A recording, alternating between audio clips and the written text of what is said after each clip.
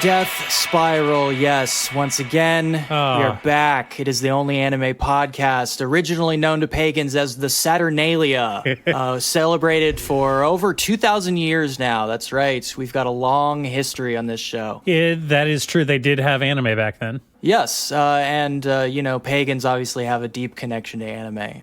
Back again, we're doing anime. This time, we actually did big time anime. Not often is there a big time anime out in the West. I can't remember what the last one is. They don't come along often, no. But one did meander into our view this time that not only got us to watch an anime, which is almost unheard of, but we left our respective houses and we went to a different building where they show movies to watch this anime. Is that correct? Yes. There were people who are not cretins, who are not little goblins, who were talking about a movie, and I happened to overhear it, and they were talking about, shockingly, an anime movie. And an anime movie not on TV, not on Netflix, not on Amazon Prime, but a movie in a movie theater.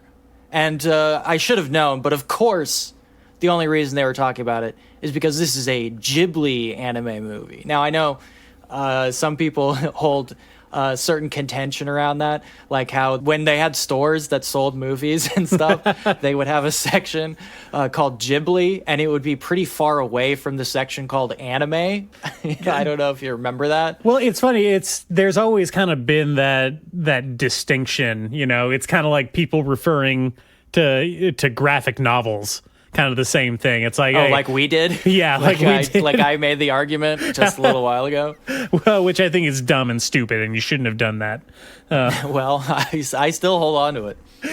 I mean, Ghibli movies have always kind of gotten a pass, right? As being like, hey, these aren't anime. Like these are art. These are like legit movie-ass movies. An air of legitimacy hangs around the Ghibli name. Well, you watch a Ghibli movie and you're like, there's hardly any degeneracy in this at all. How could it possibly be an anime? There's a distinct lack of the finer points that set anime apart from anything really present in Ghibli's canon.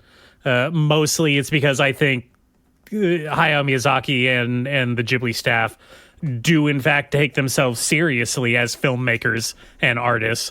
Specifically, I mean, the meme is Hayao Miyazaki saying anime was a mistake, which, if we're being fair, he didn't actually say. Everybody, we know he didn't actually say that in the documentary. It's just a meme. He just thought it. He just thinks it very loudly. He just thinks about it. With his mouth and words. Yeah, frankly, the only thing holding him back from just making the transition to regular movies is how the movie industry is somehow even more disgusting than the anime industry. Well, can we say that for sure? Well, I mean, I from what I have heard, the Japanese film industry is somehow worse than the Hollywood industry, and I do know a few things about Hollywood, and it is true hell on earth. All 7 original sins kind of overrepresented in one particular business.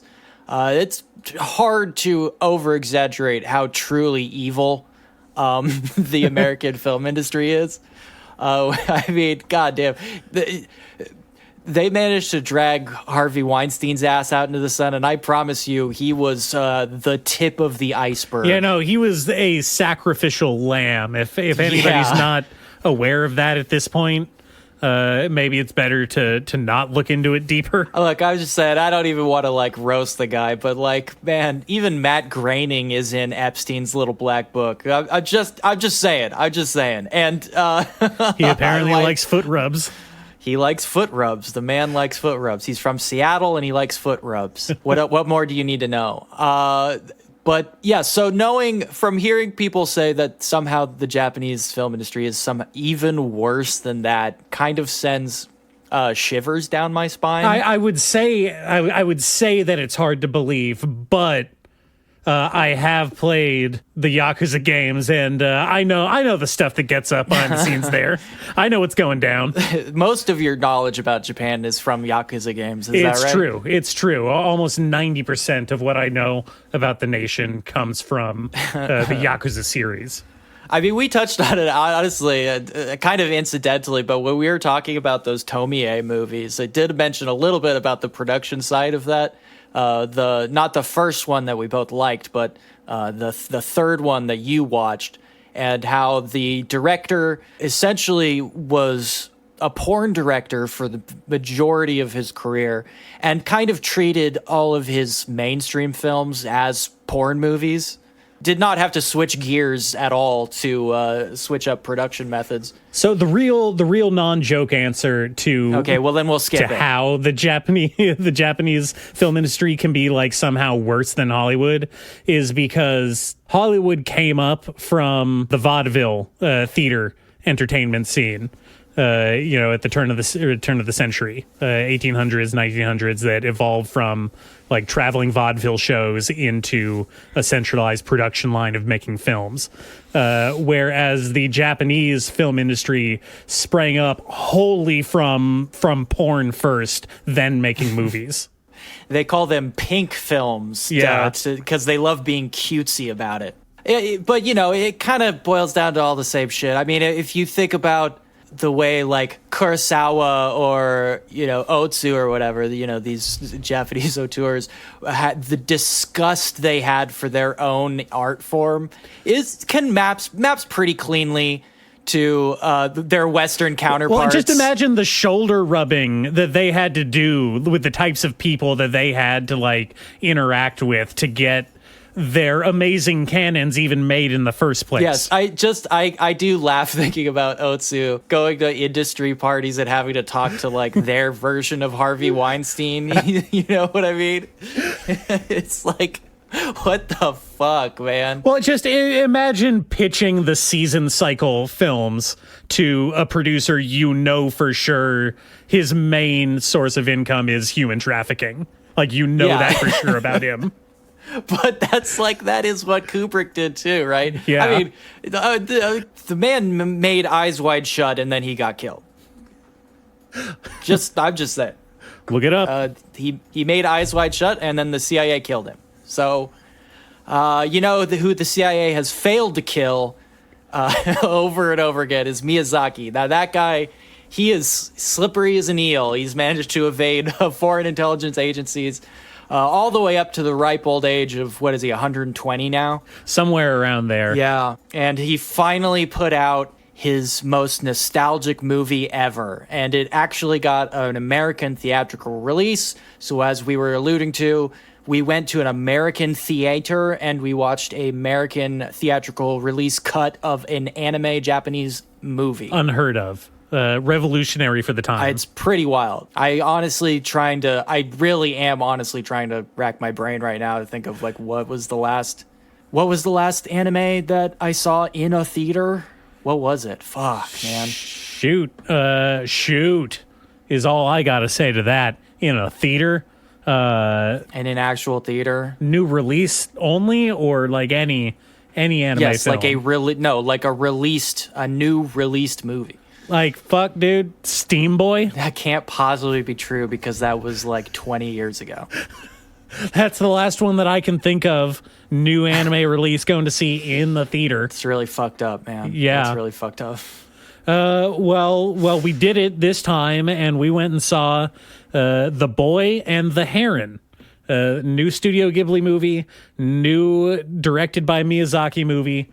I had to do a double take because at this point for me, like the meme of Miyazaki constantly coming out of retirement to make one more movie, it has gained more momentum in my brain than his actual film catalog, because I was surprised when I looked up and saw that the last movie he directed was The Wind Rises, which was 10 years ago.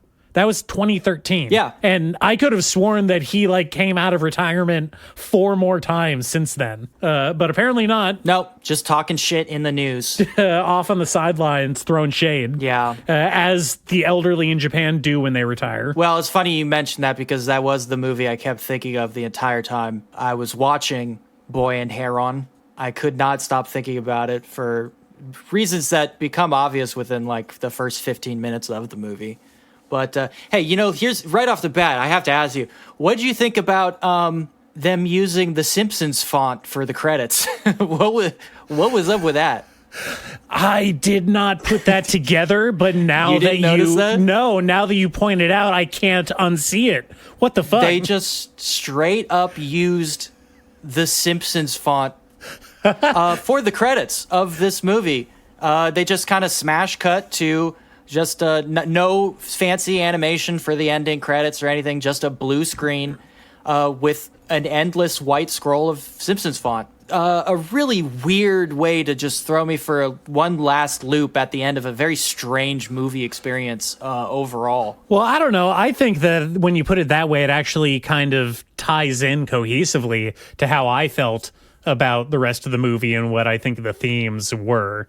Because to me, this is like a movie about, obviously surface level reading is that it's a movie about coming to terms with grief and death and processing those emotions that go along with those things. But metatextually, this is a movie about Hayao Miyazaki's career, like ending, and him not having any sense of closure or finality about his own life, right? That's an interesting angle on it. Expand on that. Well, okay, so speak on that. I will. We have to get in a little bit to what the movie is about, right? A young boy, Mahito, who's growing up in World War II. His dad is some kind of businessman who makes plane parts for the Japanese army. Yeah, he's an arms dealer. He's a lord of war. The movie downplays it a little bit, and this is my connection to Wind Rises, but like I really want to stress how awkward it is that the goofy comic relief father character is an arms dealer. He is selling weapons of war that are used directly against Ben Affleck in the movie Pearl Harbor. I mean, there is a direct through line to this movie to Ben Affleck in Pearl Harbor. I also couldn't stop thinking about that. I'm just saying.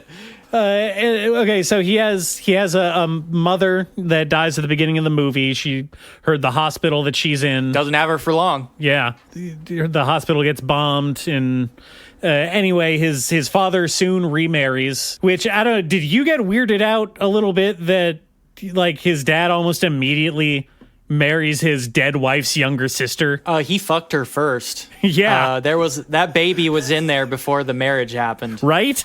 The timing does not add up. Yeah. Actually, this is something I was trying to talk to my watch party fellow members with. Your associates? Yes. There's two aspects of that. I know you want to get through this breakdown first, but there are two aspects of that. One being that that part of the movie, the part that would have actually explained that stuff, ended up on the cutting room floor. And the other part being that the way that widowership and a kind of upper class society works in that kind of class stratified society. And I don't want to say this is Japanese specific because you see this a lot in mid to late 1800s England as well. The way that upper classes kind of have this weird incestuous move in a way to prevent family members from being ostracized financially or socially from their own class. Mm-hmm. You do have people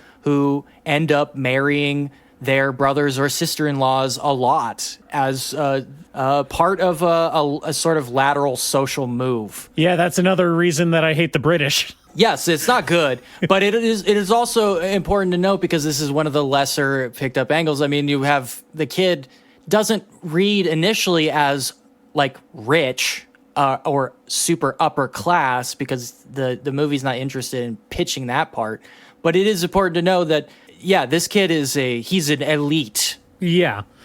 I think they make it as clear as they need to when they show him when they move out of Tokyo to go kind of take refuge in the mountain village, right? That they move to kind of be away from the front line of the war. Yeah, with Daddy's new girl. Yeah, first of all, they move into a palatial manse up in the mountains. Yeah. That is staffed by Snow White and the Seven Dwarves. Yep, exactly. I want to point out that imagery is very, very, like, in your face. They go to this kind of manor that's staffed by 7 old ladies. Yes, 7 old dwarves.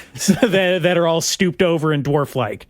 It's very, it's setting a theme. Yes, and not to get too far ahead of us, but when a certain female character shows up later at a glass coffin, I was terrified that he was going to make out with her. Yes. Terrified. I had the same thought. Yes, I was like, please don't let that happen. But luckily, those literary illusions are basically pointless. They don't go anywhere, like many of the other themes in the movie. Yeah. They're just there. They don't get developed on or anything. So that we're allowed to forget about that pretty quickly afterwards. So, to make a very long movie, probably closer to in length to what it should have been, his new stepmom/aunt goes missing one day after he's had several strange encounters with a mysterious heron that he knows is like, not of this world. He catches on pretty almost immediately, like, oh, he wants to fucking kill that thing so fast. It's almost like it almost gave me a little bit of Dexter vibes. Like this kid sees an animal and he's like, I want to kill it. That animal's fucked up. I want it to die. And so the stepmom/aunt goes missing one day, and he kind of goes on a spirited away journey to kind of find her and bring her back. And he journeys through kind of a fanciful dreamscape of mixing and overlapping realities, where he meets God, right? And God says, like, hey, I pulled you here because I want you to take over my duties. My time is up. Yeah, talk about fucking Nepo baby. Yeah. Like, damn, come on, man. And my time is up, and like now I want you to kind of take over and try and mold this world into something that you think is good. And the kid basically says, like, no, nah, I don't want to do that. Nope, I'm good. Yeah, no, that sounds like a whole thing. Also, like, I've got my own shit that I'm dealing with, and I don't really want to inject that into whatever I create, which is exactly what you did. And I think that's what I was getting at earlier is this movie is essentially about Miyazaki coming to terms with the fact that his son is bad at making movies. That is a fun read that I hadn't thought of. Yeah. But that does kind of slot in pretty well. He's like, I don't have anyone to leave my empire of fantasy that I've created to. And even if I could force this on him, like, he doesn't want to do it anymore. He doesn't have the same passion or joy in this that I do.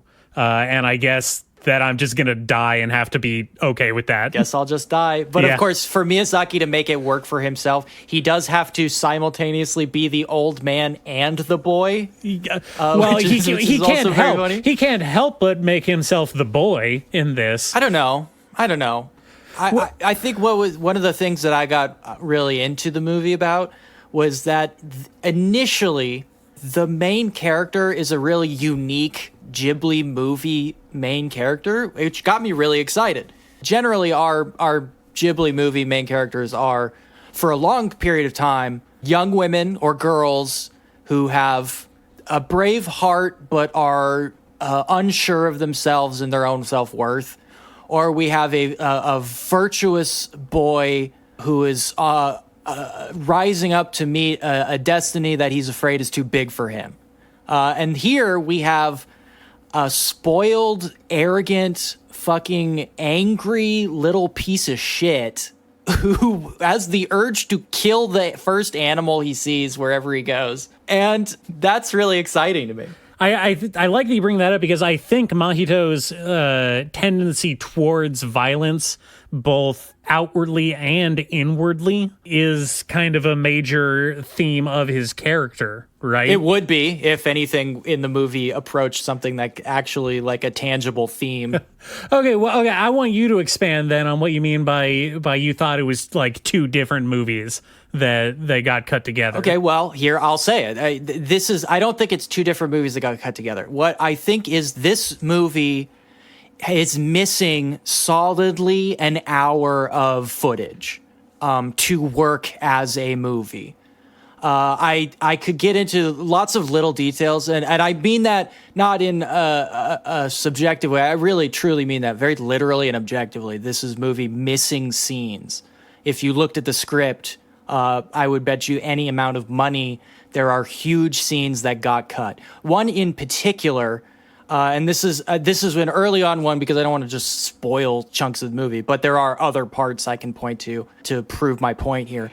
But the one and probably the biggest and most consequential scene that just does not exist is the scene where Mahito confronts his father about his new stepmother.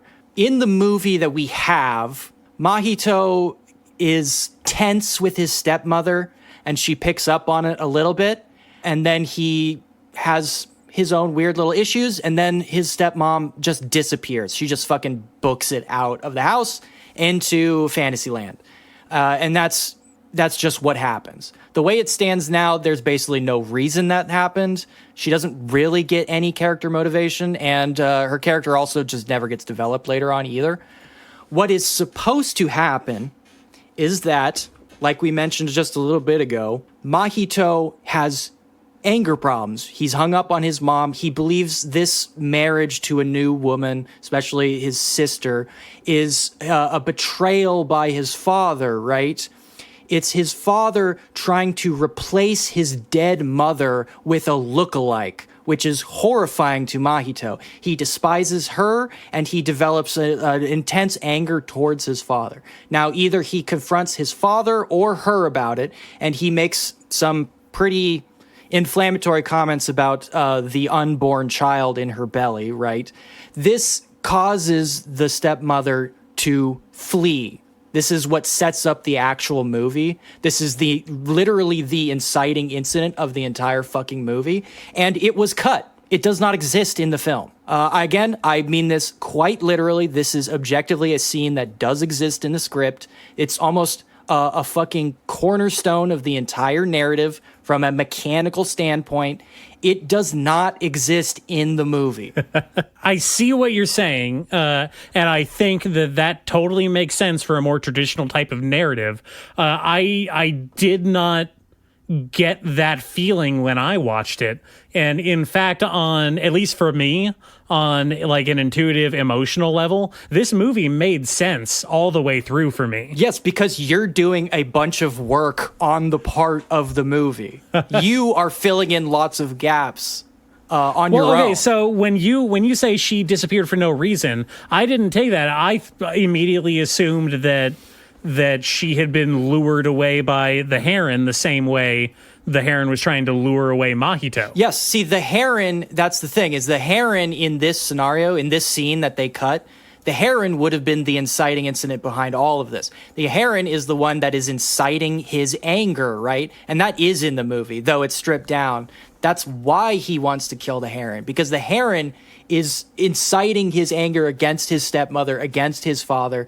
The heron is doing that in order to piss off the stepmother so that she can be drawn out, right? Because the whole point is to lure little Mahito into Fantasyland. That's the objective of all characters involved right? That so the heron in there is a key mechanic of that, but you are making that assumption because that scene does not exist in the movie. So you are doing a bunch of work for the movie, whether it is the heron just going like, hey, I've got cool stuff over here, come look, or it's what I said. Either way, that doesn't exist in the movie. It's on the floor. I guess what I was trying to say is that in my mind, that doesn't need to exist for me. I don't know. Maybe I'm wrong.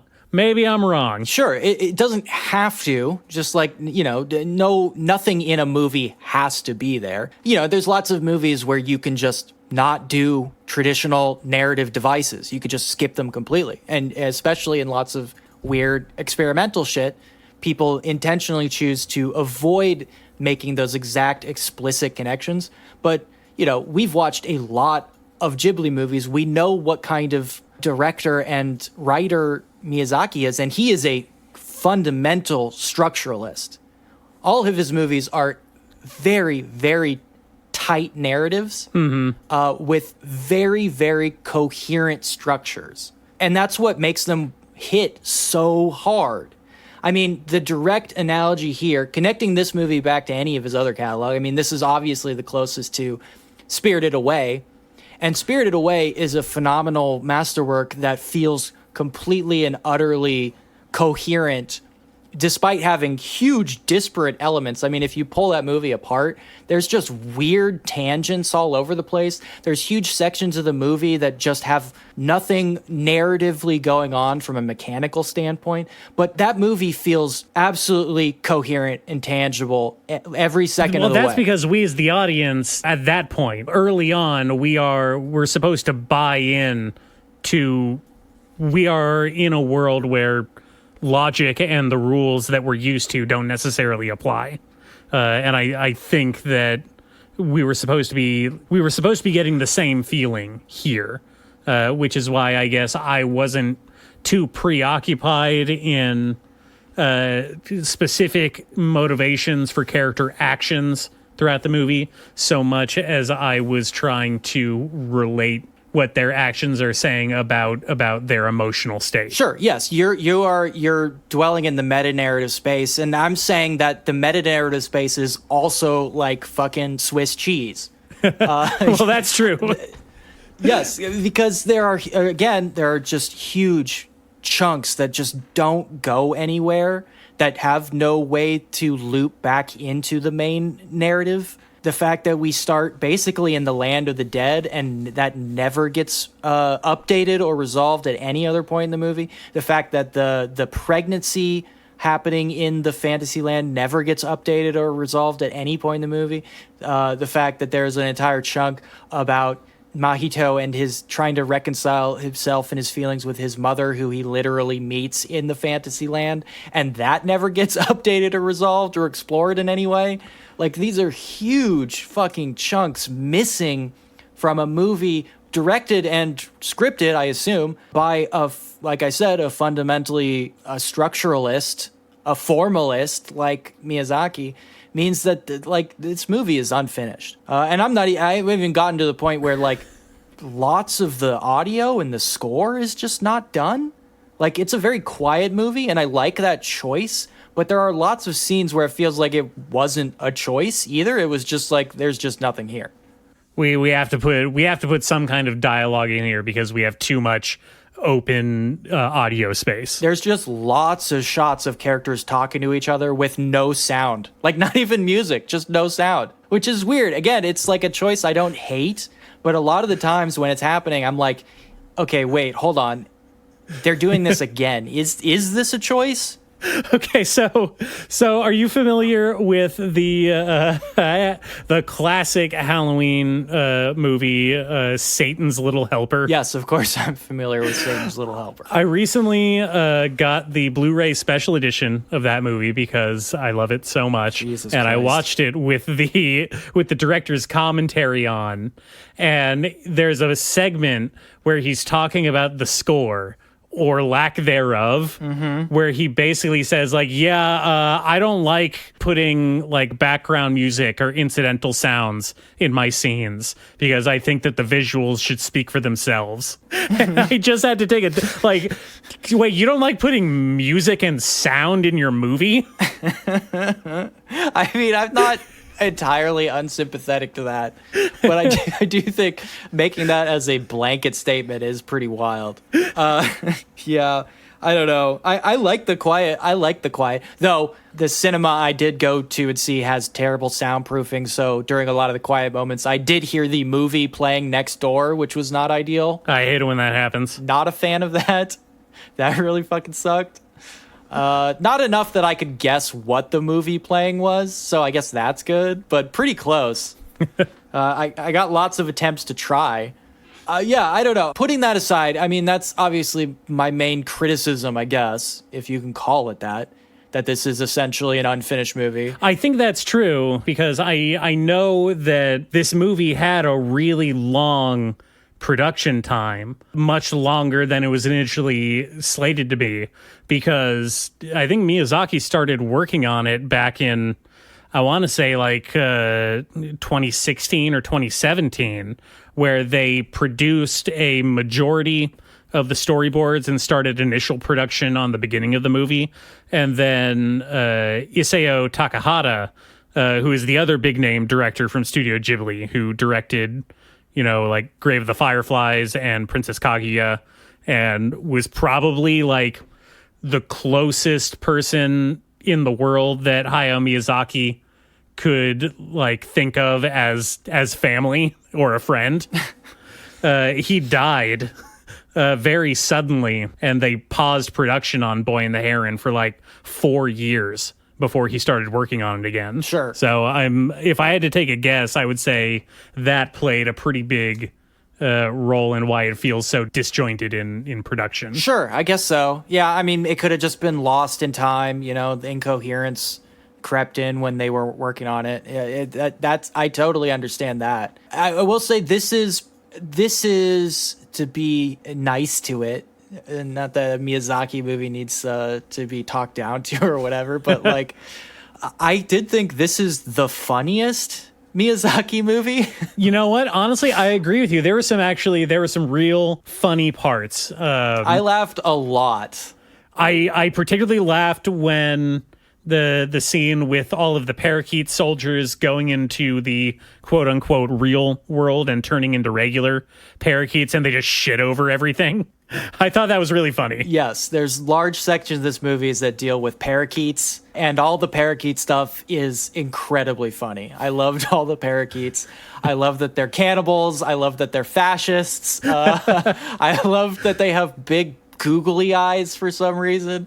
I loved everything to do with the parakeets. They are extremely funny. They're very charming, honestly, for fascists. They're very good. And yeah, and one of the biggest losses, I think, a part of not finishing this movie is that the parakeet king, the fascist dictator parakeet king, he clearly was supposed to be the big bad guy of the whole movie, and he could have been developed so much more and had so much more screen time. And I feel like that was our biggest loss, is we did not get enough of the Parakeet King. So speaking of unexplored themes, in the movie, I definitely expected them to draw much more of a connection, between the parakeet soldiers and, that they're fascists. Yeah. And the fact that his dad is making plane parts for the Imperial Japanese Army, making flying soldiers, essentially. Yeah, that's a huge, just dangling, orphaned idea, right? Yeah. With nowhere to go because it never gets developed. I mean, just like basically every idea. Going back to what I said about that guy dying, I think that this was supposed to be a much more traditionally Ghibli structured film, and then they paused production for several years, and then when they came back, Miyazaki decided that it needed to be much more wistful and introspective, I think, from what he initially had intended it to be, which was to be much more fanciful and, I'm not going to say kid friendly, but but definitely more digestible for children. Sure. Yeah, I mean, we can speculate. I certainly think that it's interesting that, at least to me, the setup, all of the stuff before we go into Fantasyland has so much more coherence and potency. It's more subtle, it's more interesting, the characters are more developed before the quote-unquote real story kicks off. Their relationships to each other are more explored in that first 30 minutes than anything that happens afterwards. It has way more interesting visuals, which is so weird to say about a movie that immediately goes into like Fantasyland. Anything that you can imagine can exist. It's like, but the stuff you did like in the first opening scene of like the first 5 minutes of the movie is like the most interesting animation of the whole movie. Like, I wish they had played more with. So, I mentioned that at the very beginning of the movie, there's a fire scene where his mom dies, and when he's kind of like running towards the flames, trying to cool as hell, trying to save her, and everything becomes progressively more and more brushstroke heavy and blurred and smeared until it just kind of blacks out the screen with smoke. I thought that was amazing. I love that. Yeah. They never really went back to more experimental styles in that way. They kind of stuck pretty close to what I would call the general Ghibli cinematic style. You know what I mean? Yeah, because I mean, it's unfortunate to stick it in the first couple minutes of your movie, but that is the emotionally intensity. That is the high point. It never becomes that intense ever again, which is not what you'd want from a traditional 3-act structured movie. Generally, you want the climax to be somewhere in the 3rd act. Again, just from a formalist, structuralist position, that's usually what you would do with a 3-act structured movie. But who fucking cares? Whatever. If you want to just do a movie where like stuff happens, that's totally fine. Look, I can only speak of my experience, and I tend to view these things mechanically. That's just part of my brain damage, and that is what I saw when I was looking up at the screen. That is just what I saw. All right, I can only convey the experience that I had. And it was watching essentially a production cut, an assembly edit of a Ghibli movie, which is one of the weirdest experiences I've had in a theater since COVID started. Well, it's probably going to be the last one. So, yeah, I don't know. Who knows? It's fucking weird. Okay. Oh, okay. Before we move on, let me just ask you this. Was it worth going to see in the theater? Yeah, I'm glad. I'm absolutely glad. I would never skip seeing a new Miyazaki movie in the theater, unless it's The Wind Rises and I find the entire subject matter to be intensely distasteful. Yeah, we didn't really get into the...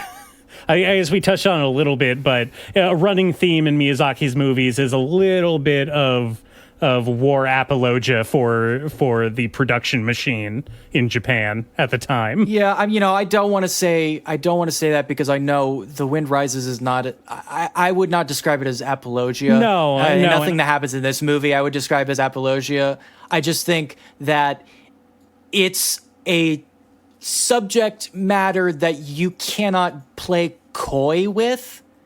And I think when a movie's not interested in exploring what it means to be building weapons of war during World War II of all fucking wars, not to say, there's a huge difference, but I think you're not allowed to background that stuff. It creates more problems than it solves.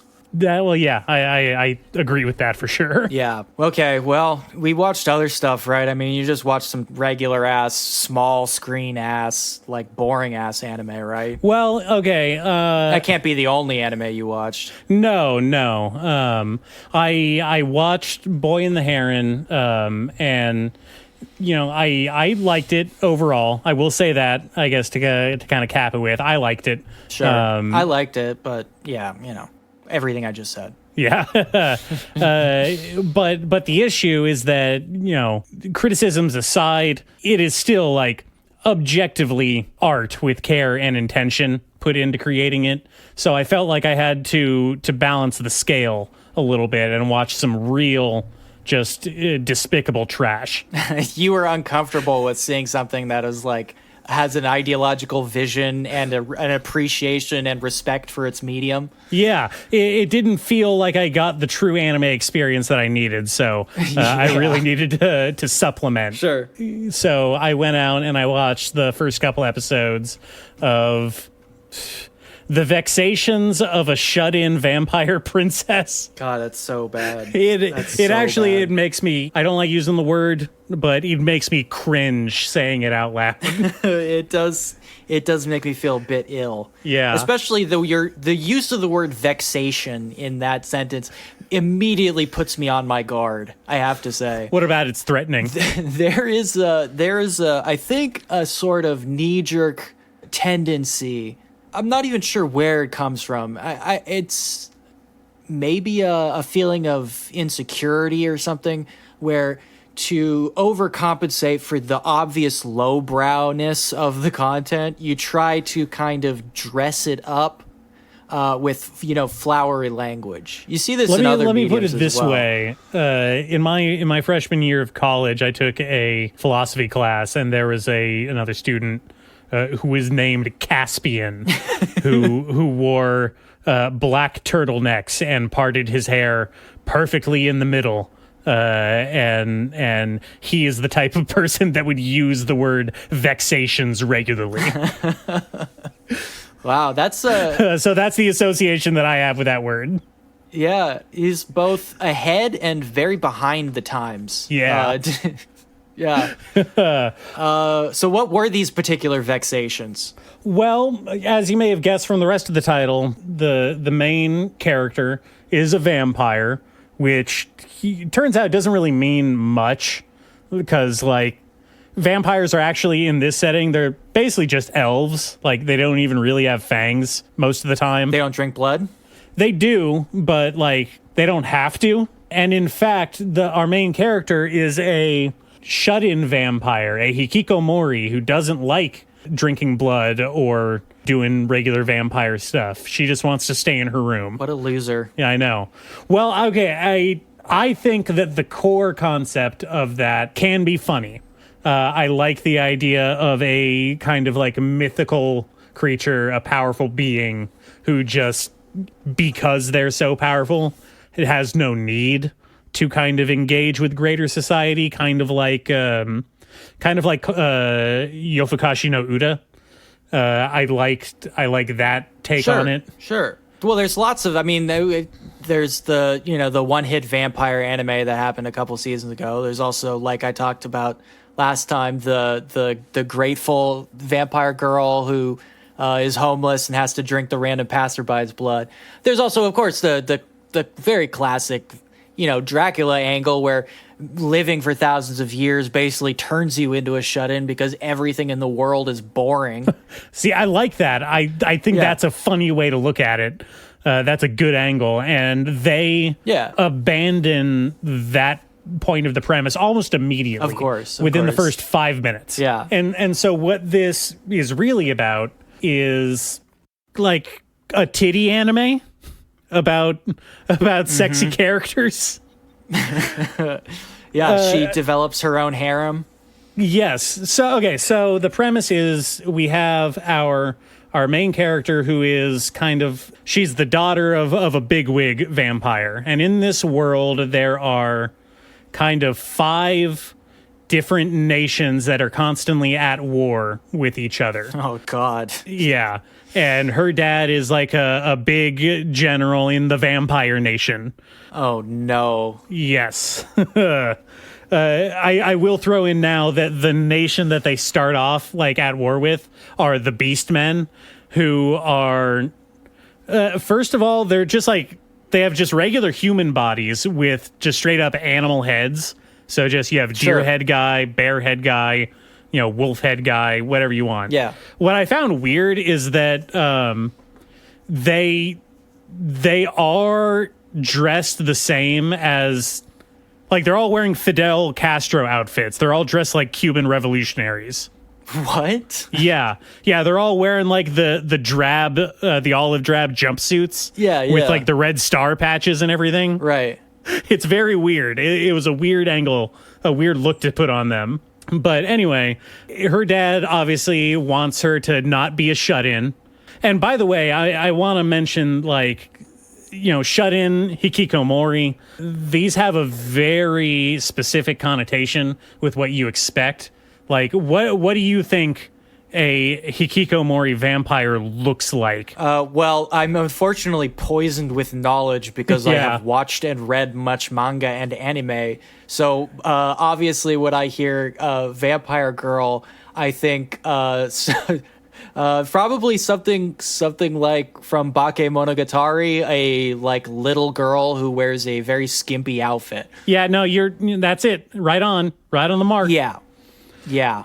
Unfortunately. Yeah. Yes. And in fact, the very first scene of the very first episode is a pan up shot of her taking a bath.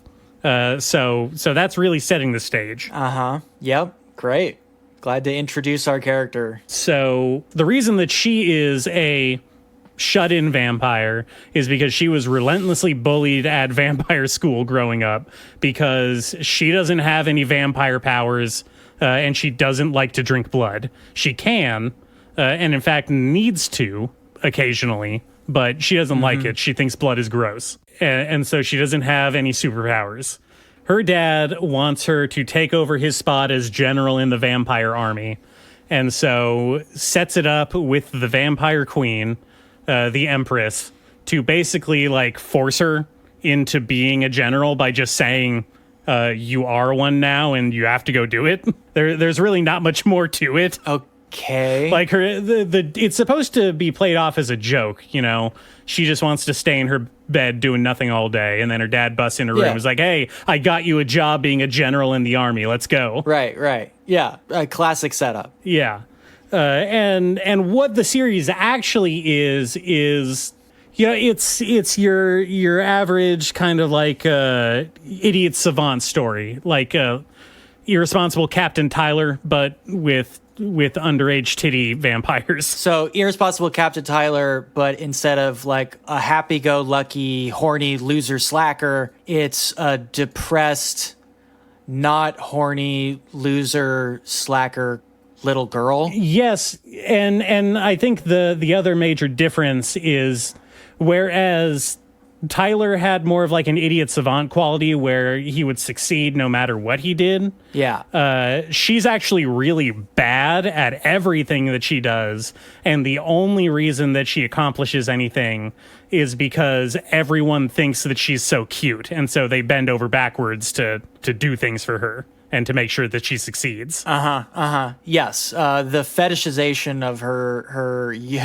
youthful form is her superpower. Yes, and this is kind of exemplified in her quote-unquote assistant that she is assigned, who is, for some reason, required by vampire law to wear a sexy French maid outfit, and has kind of like a stalker obsession with the main character, and so is constantly doing things like, you know, our character will wake up with her assistant in bed naked next to her. And she's constantly making weird suggestive remarks and engineering embarrassing lewd scenarios for them to fall into. Oh, don't that say kind of lewd. thing. Don't give up and just start calling things lewd. Come on. So, but the assistant is also female? Yes. Female? Don't say that. Oh, so it's not bad then. It's not bad then. No, it's not sexual harassment when it's two girls. Yeah, it's a girl doing it, so it's actually funny and cute. So I got about halfway through the second episode and gave up on that one. Yeah, that sounds god-awful. But it did balance the scales. It did accomplish what I wanted to, which made me feel better about watching something that may have actually been worth my time. Yeah, like remind you, actually, this is why Ghibli is kept in a different section from the rest of the anime. Yeah, exactly. Yeah. This is why we go to a theater to watch Ghibli, and why I turn off all the lights and make sure my wife is out of the house before I watch Vexations of a Vampire Shut-In. Yeah, watch Vampire Shut-In on my phone. Yeah, in the bathroom. Yeah. Okay, can I tell you about one that's not bad? Oh, yeah. Did you watch an anime? I did watch an anime. I had actually been watching an anime before and after this movie to keep myself grounded. But I was actually watching an older MAPPA production. Oh. Because I was curious. Obviously, it seems like MAPPA is on this sort of like death march into oblivion. Either they're going to conquer the world and become the only anime studio, or they're gonna like run the fucking wheels off. I don't know, but it's the second one. It's the second one for sure. We're probably gonna find out. Well, we're gonna find out in a few years, or maybe less than that if they accidentally kill all their employees. I don't know, but they did a little while ago. They had done, and maybe this is sort of following in the footsteps of all the Pluto stuff I had watched, because they had done their own Osamu Tezuka adaptation a little while ago. They did an adaptation of Dororo. Dororo. Do you know Dororo? Are you familiar with Dororo?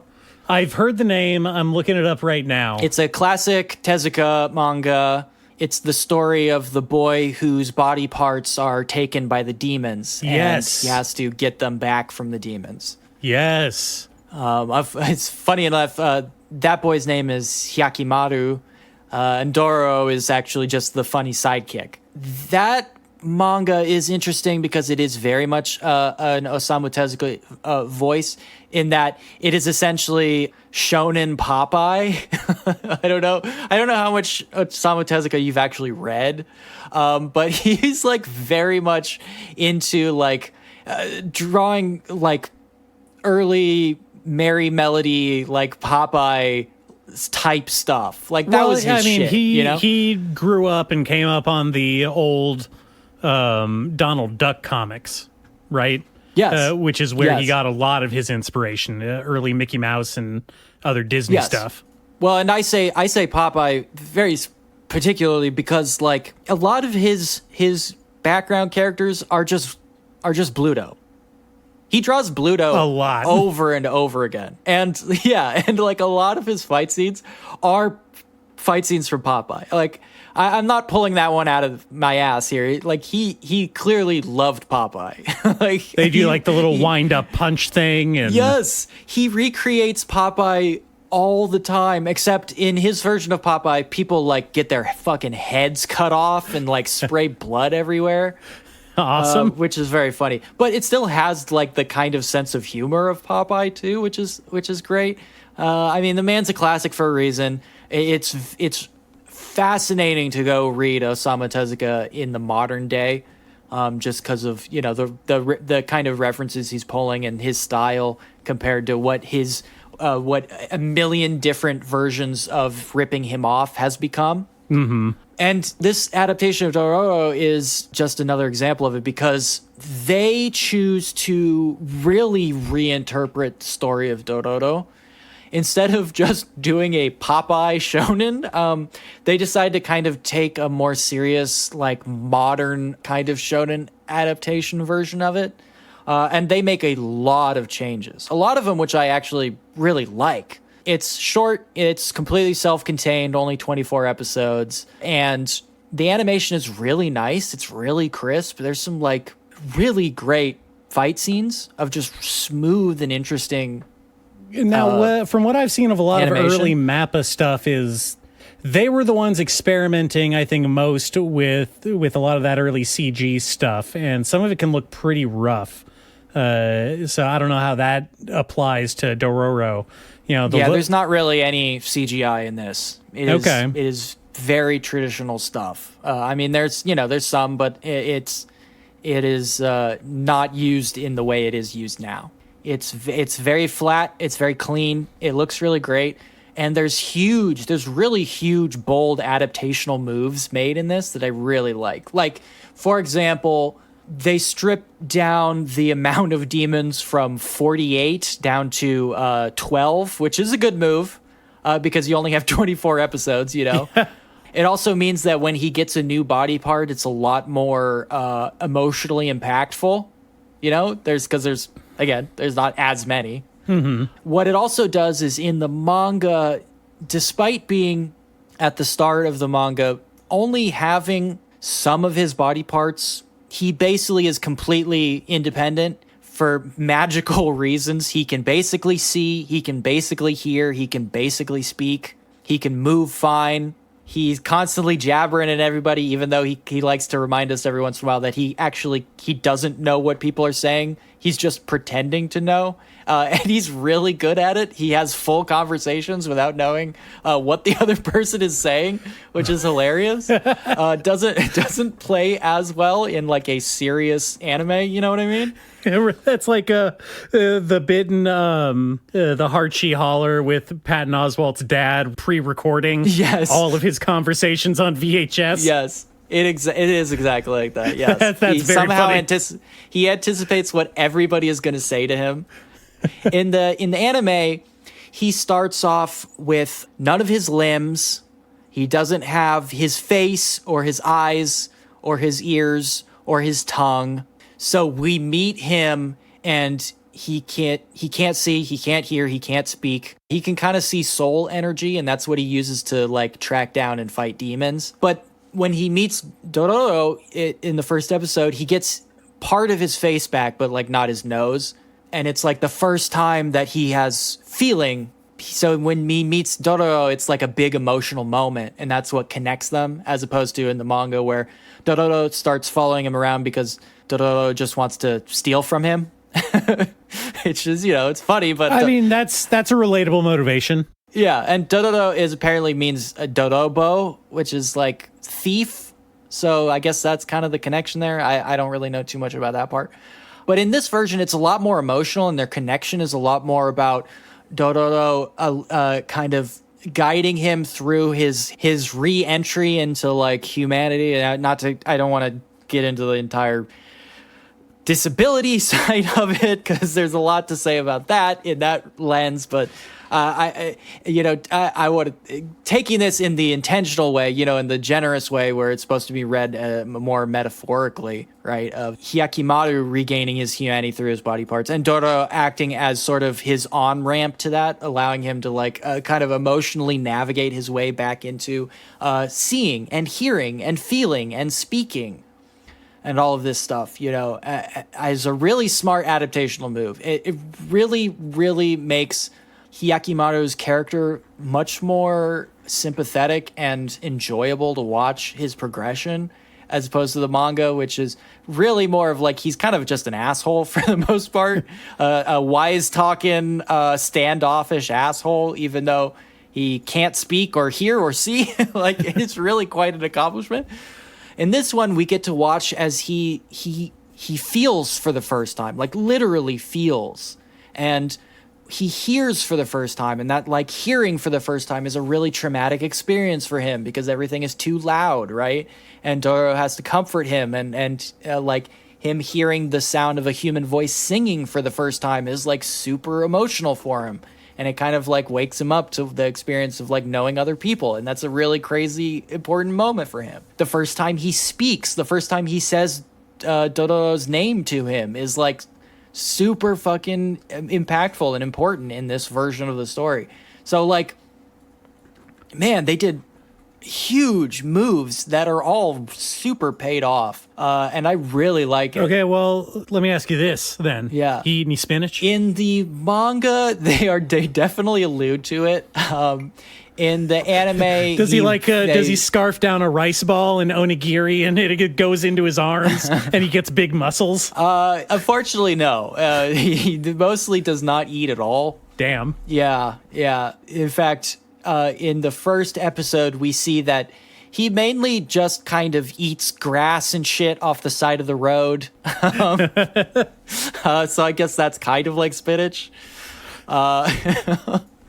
It's a super interesting version of a classic Tezuka story, and it's super interesting just in the sense of like, here's what you can do adapting a modern classic and not being, quote unquote, authentic to the source material, which is, again, I know we harp on this every time it comes up, but like clearly the wrong move when making a big adaptation of something. Yes, excessive reverence and worship of source material as like the be all end all is probably my biggest sin that I can give to something, in adaptation. Yeah, and the connection here, I guess, is that Naoki Urasawa did that Astro Boy, his version of Astro Boy in Pluto, and his version is such a huge departure of what Tezuka's Astro Boy is, and it pays off at every step of the way, right? Like, if he had just tried to do Astro Boy, which is another version of Dororo, basically, it's a boy who has to be put together by spare parts, and re-find his humanity, right? Tezuka really loves that theme of little boys being put together. Not just little boys, but sometimes cyborgs, big and small. So yeah, I found the connection, viewing it through the recent Pluto adaptation is really great way to get into it. And I think even on its own, it's like extremely worth watching because it's just fantastic. Like most anime and TV shows in general, it has a hard time landing the plane. But everything up to that point, I think is really, really well done. And it's a good looking show. I fucking got really lucky. I watched something that's actually good. And does this one end with a hard cut to the Simpsons font credits? No, it does not. It does not. It actually has like banger opening and closing themes and animations. So it did a pretty good job with it. All right. You want to take a break? Yeah. Let's take a break. All right.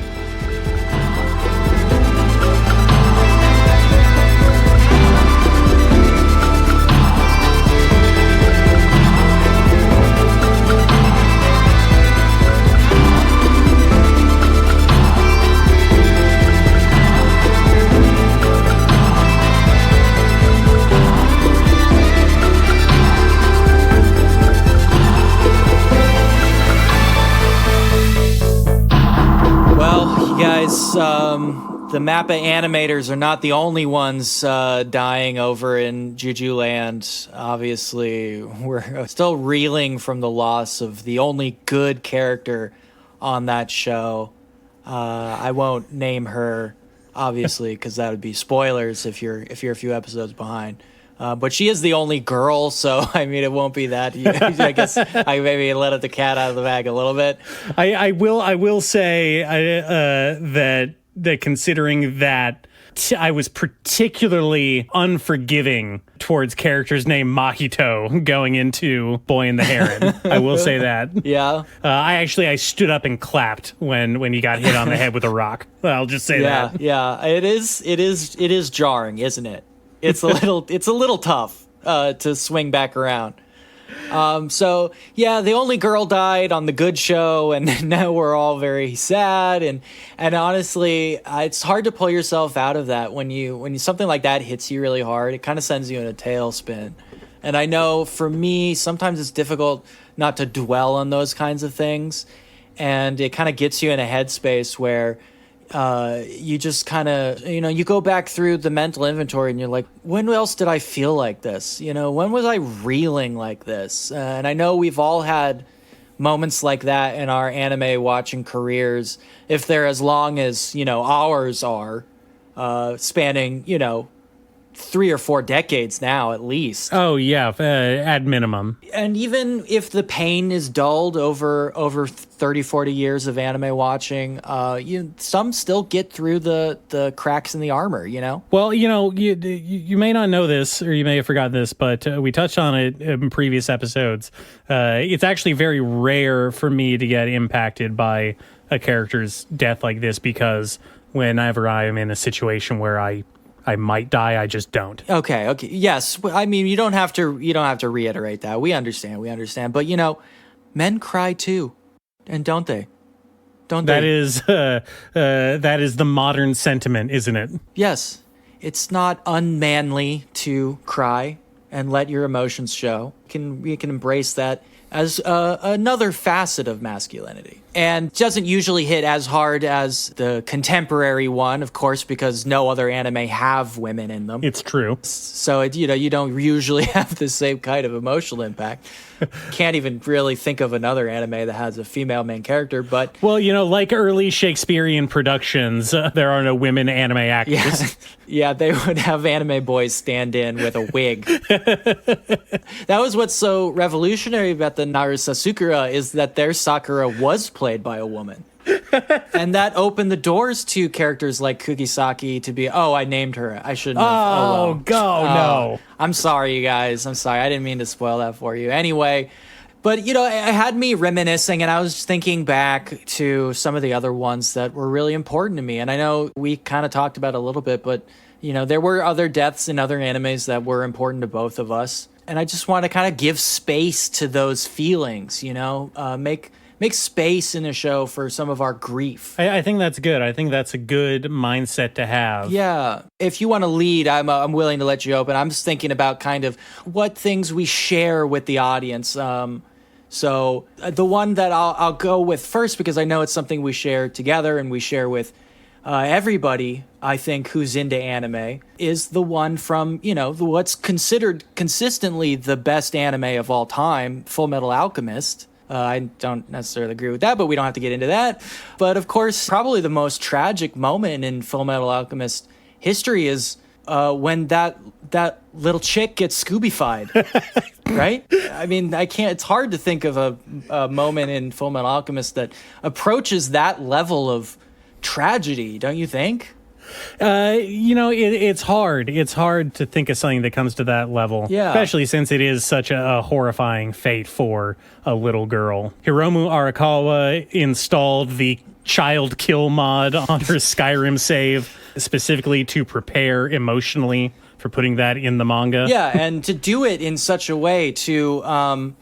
what was it, like they smush her into a big dog or something? Yeah, no, they kind of put her into a big Rube Goldberg type Wonka-esque machine, and at the end she comes out a horrifying abomination of nature. She gets force furried, I think, was what happened in the show. Yeah, that's more or less how you could describe it. Non-consensually anthropomorphized. Yeah, so Edward dips from the story for a little while and then comes back to get with his brother, Alfred. And in the meantime, Alfred has been convincing the little girl to be more accepting of furries. And to his horror, he discovers that she had sewn herself up into her fursuit and refused to come out. And I know the first time I had read this, it really hit me hard, It was definitely a very jarring shift in tone from what we had been used to in the story up to that point.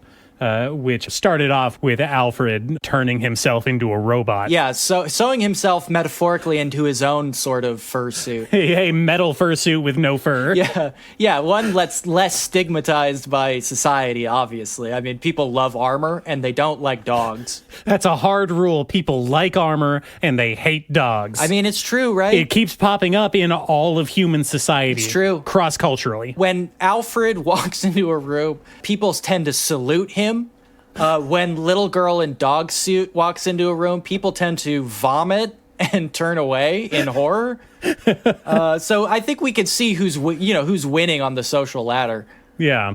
No, I can see why that death in particular affected you so much. Yeah. I would say, probably for me, the most impactful anime death, at least the first one that really kind of stuck in my mind, was when that furry in Digimon got eaten by all of those giant Pac-Men in Digimon Tamers. Yeah, and Digimon we kind of think of as a child's show. So like when something like that happens, it can be like a kid's first experience with voring. and that can really have an effect on you. I mean, it was my first experience with thinking like, oh, like that sucks. Her Digifurry got killed. He got eaten by giant Pac-Man monsters. He got eaten by the Langoliers, basically. Yeah, yes, exactly. And now she's going to become a school shooter, which she did. She did go on to shoot a school, metaphorically, if Digimon were a gun, which they are. Specifically Gunmon. Yeah, and it's made all the more tragic knowing that she could have just taken it to the Pokemon heal station and it would have revived. Yeah, why didn't she just go to the Pokemon Center at the center of town? Nurse Joy was just waiting there with open arms, ready to fix this problem. And that's why she exists in the first place. So kind of a double tragedy. It really makes us think of the senselessness of death. Yeah, no, I would definitely credit Digimon Tamers with kickstarting my emotional puberty. Yeah. At the tender age of 24. Yeah. It's difficult to, when you're young, especially at the age, when we started watching anime. I think I started watching anime like in earnest, probably when I was, 7 or 8 or something, pretty young. And you don't really understand the permanence of death at that age. You had at that age, you'd lost maybe a pet or something. Maybe at that point, a family member had gone. But our engagement with media is sort of a way to safely, grapple with subjects as complicated and as weighty as death for beginners in the subject, and so I was really appreciative, even if it shocked me so much, but I was really appreciative in a lesson in mortality, like when we watched Goku die for the first time, right? And that really gives you the experience you need to kind of finally approach with some kind of maturity a subject like the permanence of death, right? Yeah, or like how he wakes up in the spirit world the episode after he dies. Yes, and dealing with that kind of dislocation from, reality is tough. And, in the week between those two episodes, dealing with the idea that you would never see Goku again that is heavy shit for a kid. I remember really having a hard time with that. Where were you when Goku died? I cry every time. And when he shows up the next episode, it gave me hope that I would see my grandfather again. A hope that I've clung to ever since. I'm still waiting to get word from the way station. He'll be back someday, bud. Yeah, Well, I like that you touched on the concept of the permanence of death, because I think this next one really helped me come to terms with that for me.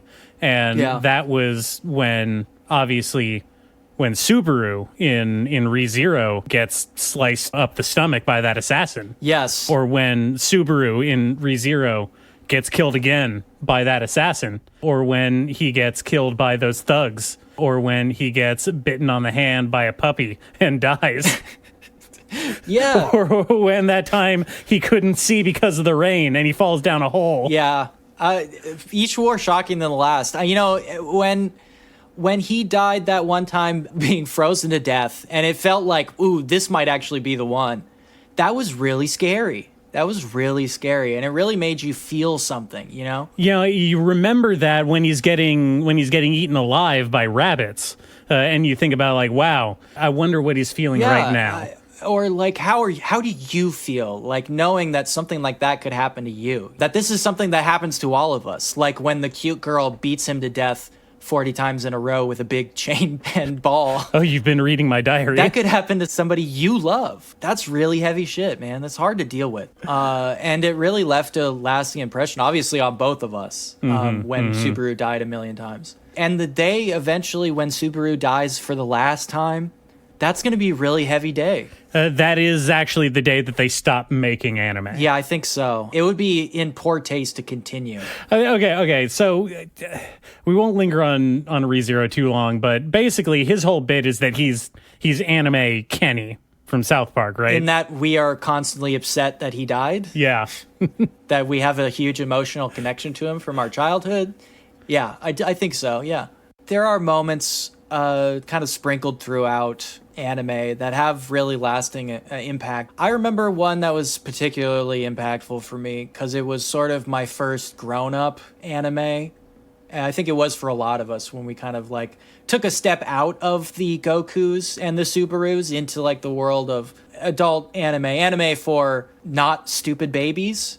In Cowboy Bebop, it really kind of opened our eyes to something that was like a little more advanced, and of course, spending all of our time with the really lovable and exciting cast of the Firefly, and kind of going through their adventures with their crew and the fun cowboy adventures they would get up to on the various moons and planets that they would land on, didn't really prepare us for getting to that last episode where the beloved protagonist gets blown up and dies really suddenly. And he's so scarred and burned that a lot of people thought maybe he didn't die because we don't actually see. His face has been completely ripped off, so we don't actually see it's him.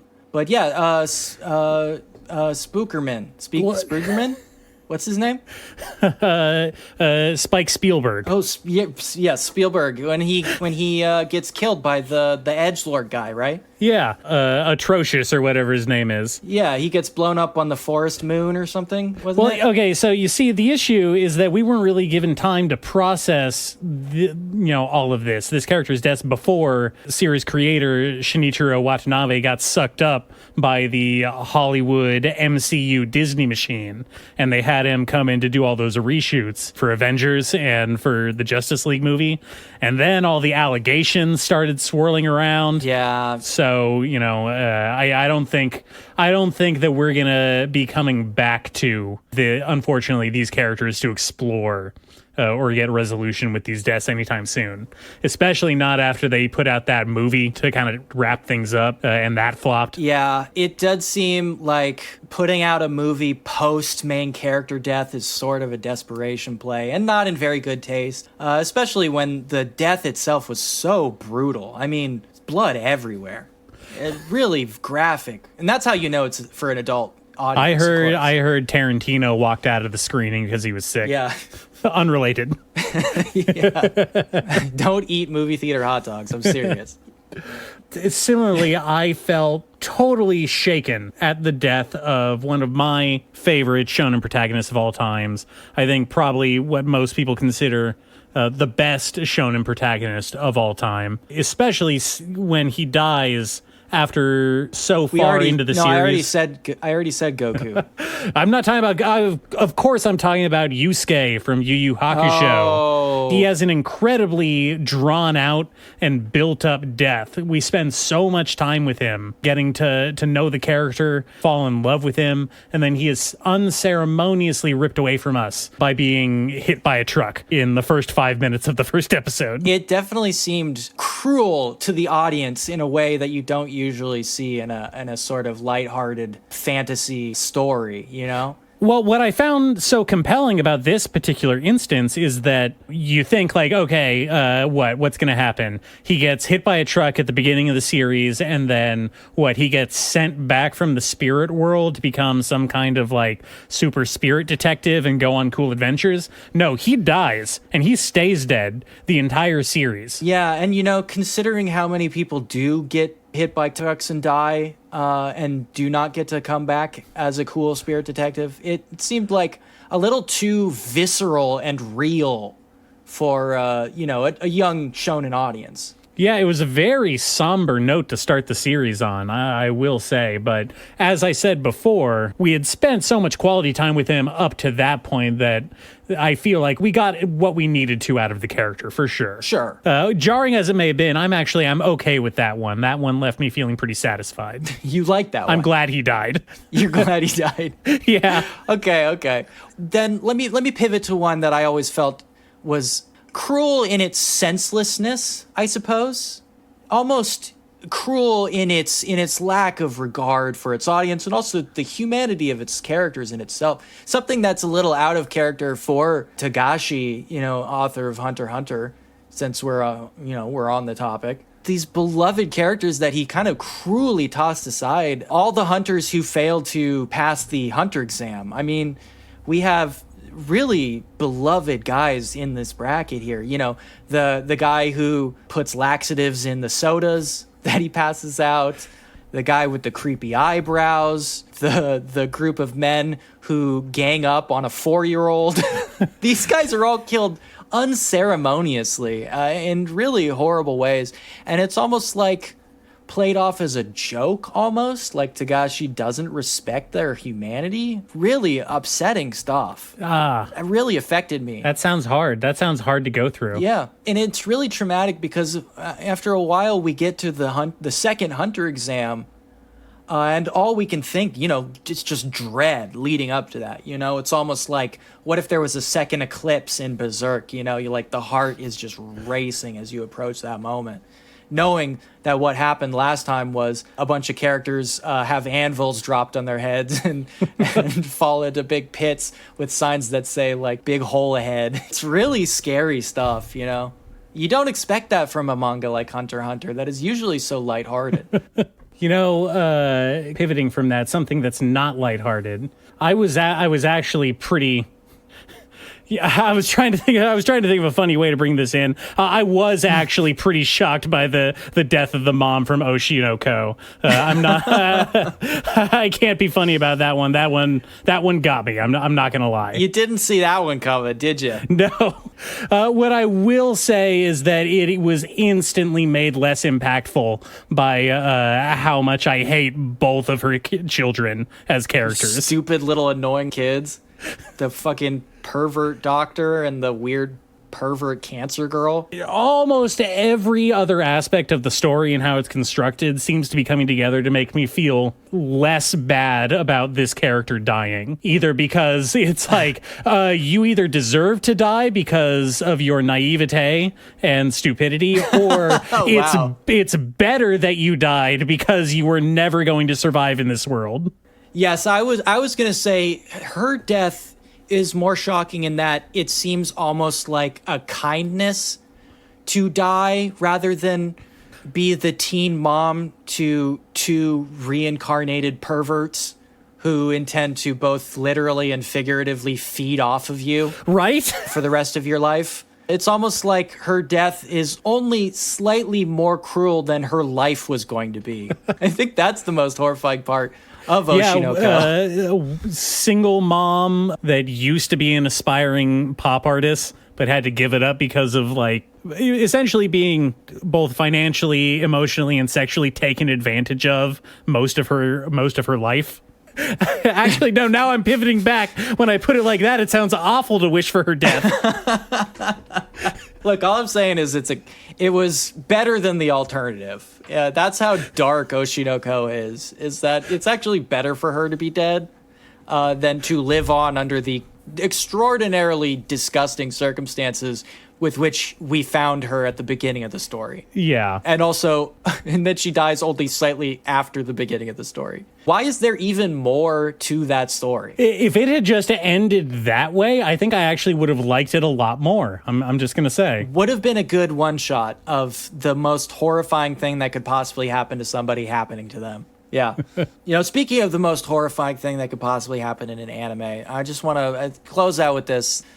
You know, I was really sitting there ruminating over, like, what is the other death? Because for me, you know, this Kugisaki one is really hard. It hit me really hard because I really like Kugisaki. The only female anime character, like I said, it's hard to watch her go in such a brutal fashion. And, you know, just personally, I really liked her a lot. It reminded me of, and this is one I think a lot of us will share, but Nate, you remember the season finale of season 2 of the OC? Do you remember when Marissa shoots Ryan's brother Trey? He had just come from prison and was trying to really make his way back into the world. And Ryan was offering his support, but, you know, Trey couldn't shake off that prison life. And he was a little too rough around the edges. And, you know, I'm not trying to forgive Trey for the transgressions he took against Marissa. I mean, what he did to her was awful, obviously, but Ryan having to watch his brother get shot to death right in front of him, it's really brutal. And that season had already been extremely emotionally taxing. Ryan's relationship with Marissa obviously was rough. I mean, Marissa was dating Alex on the side, and Ryan didn't really know how to deal with that because he's been opening up over the season emotionally from who he was in season 1, being that emotionally stunted orphan who was just trying to like keep his head down and not get hurt again. In season 2, he was kind of unfolding, becoming a more three-dimensional person in every sense of the word. And then to have this moment come from somebody who was already so emotionally attached to and had such a complicated relationship with, and the complicated relationship he had with Trey, you know, unexpectedly coming back into his life, the only real family member he had left, you know, besides his adopted family. And to have those two people clash in that way, I mean, it's just awful, you know, and it's such an impactful moment, not just for me and us and the audience, but for television itself. The amount of respect and reverence that season finale is given in the lifetime of television ever since. It's changed the landscape of television itself, TV dramas, you know. I can't really think of anything that could possibly top an anime death like Trey getting killed by Marisa in the end of season 2 of the OC. I mean, that's really the biggest one, right? I mean, Dear Nate, I'm writing this letter to you. I'm sorry. All right, you've totally derailed any kind of coherent thought. Well, no, just tell us what your thoughts are about when Marissa shoots Trey. I'm sure you have thoughts, right? I mean, it was so emotionally impactful on all of us. I was devastated. I think that may have been a real turning point in my life. Well, what do you think about, I mean, you've told me all the time about how you consider yourself sort of a Ryan. You told me before we started recording about how you see so much of yourself in Ryan and Seth. And so the show was really special to you because it was almost like your dueling personalities being synthesized on television, like right in front of you. Okay, all right. I don't know enough about the OC to keep up with this bit. That's enough here. That's enough. I don't want to hear about the OC anymore. I've always considered our dynamic sort of a Ryan and Seth. You're Seth, obviously. Now, which one was the Naruto and which one was the Sasuke? Oh, well, see, that's where it becomes really complicated because Ryan embodies a lot of the adventurous and brave spirit of an outcast kind of coming to terms with his own ability to overcome his dark past in Ryan. But Seth also embodies a lot of like the goofy, silly charm of Naruto, you know? And in that way that Naruto learns that people can like him for who he is and not just what he can do, you know what I mean? He synthesizes a lot of those two things together. But also, on the other hand, you know, Ryan does have his brooding darkness like a Sasuke. And, of course, Seth also embodies a lot of Sasuke's, you know, sense of inferiority. His sense that he's lacking something that someone like Ryan has, and that jealousy kind of pushes him into a dark place that leads him down a path that changes him fundamentally as well. Well, yeah, but Ryan is also the vessel for the fox demon, and so I think that makes him more like Naruto. Yes, I mean, if you want to get literal, yes, Ryan is the vessel for the nine-tailed fox, and you know, that's where his corporeal power comes from. And of course, you know, that's obviously why the Cooper family has so many problems, is because they can't really contain the power of the nine-tailed fox. And Ryan, you know, takes a lot of drugs and alcohol to deal with those problems. And they don't really know how to deal with that because Seth has never had those kinds of problems. Seth doesn't have any kind of spirit locked up in him, and he's never had to externalize his emotional needs in the way that requires drugs and alcohol to kind of numb himself from letting that spirit overflow and hurt the people around him. And looking towards college, when that spirit is finally going to become useful to Ryan, and him losing the ability to kind of channel that energy when he tries to overcome his problems with drugs and alcohol without losing his control over the nine-spirit fox, causes that car to explode. And, you know, when the car explodes and Marissa dies in his arms like that because he couldn't control the power of the Ninetales, I mean, that is another. I mean, I didn't even want to get into that anime death, but that is another huge moment. It's not obviously not quite as impactful as Trey, but I mean, that is a tragic anime death. I'm genuinely concerned about how many details you know about the OC. This was the single most popular anime ever released in America. I don't know how you have not internalized the OC. I apparently I don't either. Wow. I apparently missed out on a huge cultural touchdown. Jeez, we were trying to like move past this, and now Nate's really reopened these wounds. I can't. I thought this was going to be healing for me, but now I'm just dwelling on Marissa and Trey's death, and I think we just gotta wrap this up so I can be alone with my thoughts. This is too much. He's going to be talking about the OC for the next 4 months. I'm back in this place now. It's almost like I'm hearing hide and seek play in my head right now. All right, let's wrap this up. Oh God, handsome, beautiful listeners, my grief is overwhelming me right now. I thought I had worked it out, but I did not. Oh, it hurts. It really hurts. I also need to go and work on a 2-hour animated feature film to process my feelings of grief and disappointment, both with my life and this show. And how do you intend to metaphorize that grief in your magical realism story? I don't know. I'll put in some shit about a talking bird. I don't know. Yeah, some kind of fucking... Okay, listen, if Miyazaki can rip off Pan's Labyrinth, I shouldn't have a problem. Okay, all right. Beautiful, handsome listener, thank you for putting up with us. As always, please go check us out. I'm doing the TikTok videos. We're uploading these to YouTube. It's a good thing I'm grieving right now. I know. He's grieving. He doesn't have to hear me shamelessly I'm not pitch. listening. Do the stuff, like the buttons, you know the thing. Is that it? Are we done? Yeah. Hey, all I'm saying is we spent an entire season of Juju listening to these fucking funeral bells. Like, I had to get it out of my system. I'm not going to say that anybody should be shocked because they telegraphed pretty much every shocking moment in this season so hard in that opening sequence that like it's all just there. It's literally the only thing the animators got to do beforehand. Yeah. Okay. All right. Okay, bye.